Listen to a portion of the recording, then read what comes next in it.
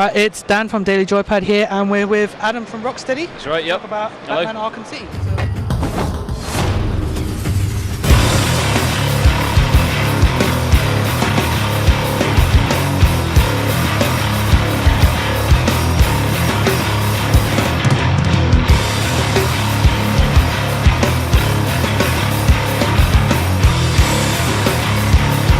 Let's get going. Yeah, first thing, talk a bit about the new stuff that's not in Arkham Asylum, obviously that's coming to Arkham City. Okay, so the new stuff that we've added to the game.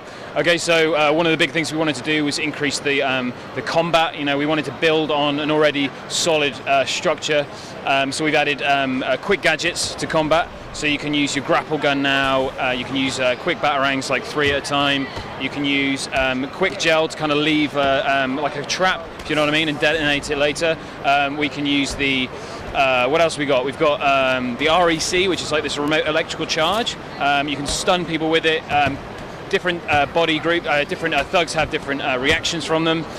So some guys you'll hit with it with a gun, they'll like fire into the air and like scare other guys. You can actually use that in Silent Predator as well. So that's the things we want to do with the combat, was increase and add on to an already like solid system. The other thing we want to do is increase Batman's agility set. So the whole gliding system now is flawless. We've spent a long time developing that. So gliding around the city really makes you feel like Batman's the kind of the best vehicle that he is. You know, he can be. A lot of people have asked if we can get a Batmobile in there or a Batwing, but really we wanted to focus on Batman himself, and we've made the best vehicle that we could make with Batman himself. With Arkham City, obviously we see tons of new villains being added. We've seen videos of the Riddler, we've seen Mr. Freeze. What is your personal favourite out of all the ones that have been added? All the villains that we've added. I probably can't say because he's not been announced yet. Okay, out of the ones that have been. Yeah, okay, so one of the guys I worked on a lot with was Solomon Grundy. So I've spent a long time working on that character. So he was kind of cool for me. So and I didn't really know much about him. And he's kind of one of those characters that's kind of, you know, he's not the kind of tier 1 like Joker level Two-Face, but there's just so many characters in the game. It's just it's kind of a joy to have this ability to work on characters that everybody knows and loves. So it's good fun. So obviously we know Arkham's the available area to play in Arkham City is a lot bigger than Arkham Asylum. So how much of that is actually open from the moment you boot up the game? So the blueprint is like 5 times as big. So it's a massive open world city. You can go anywhere you like at any time. There are bound to be areas that you're going to come across and go, oh, you know, how do I get in there? What do I need to do? It's going to have to be a gadget-related situation to get in there, or something we'll unlock later on. But it's a massive, sprawling city that's very detailed. We didn't want to just make this massive city. We wanted to make something that was detailed as well. And there's thugs and there's fights and there's this constant to and fro with the Joker's gang, Two-Faces and Penguins. They're all kind of vying for their own control over the city. So the whole city is open from the beginning. If you really wanted to, you could explore everywhere. As soon as you, and then it's in the demo here. So as soon as you put your put one of the gadgets away, you can literally jump off the building and you can glide anywhere you want in the city.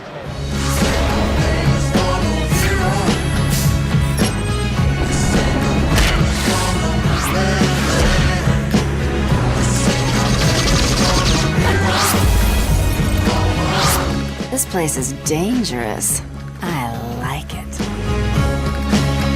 So the last game obviously was it had a lot of Riddler challenges set as the side quests of sort. Is there additional stuff on top of Riddler challenges, or is it more of them basically?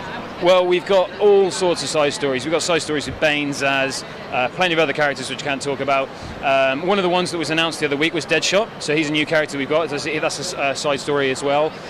We've got all of these which are going to sidetrack you from doing the main narrative, and you can pick up those and drop those at any time as well. Riddler has all his trophies in the game. We've got over 400 in the game this time, so it's a massive leap from what we had before. And these are you know, these Riddler trophies are really kind of a mix between kind of brains, brawn, and some of them are kind of a little bit more cerebral. You have to kind of really think about what's going on. Riddler also had these rooms where he's got these hostages in them, and he's kind of torturing these guys, and you have to kind of work out again using your different gadgets and your abilities to be able to kind of navigate through these.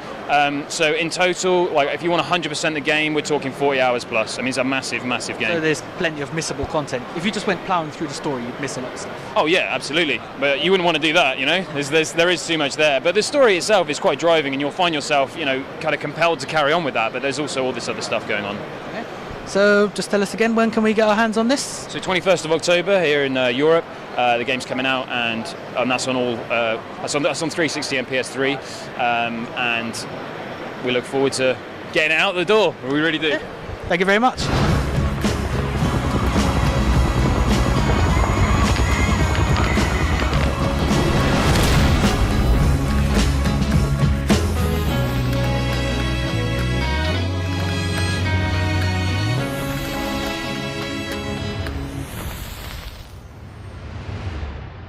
It was all a lie. There's nothing wrong with you. Nice of you to say, but you of all people should know there's plenty wrong with me.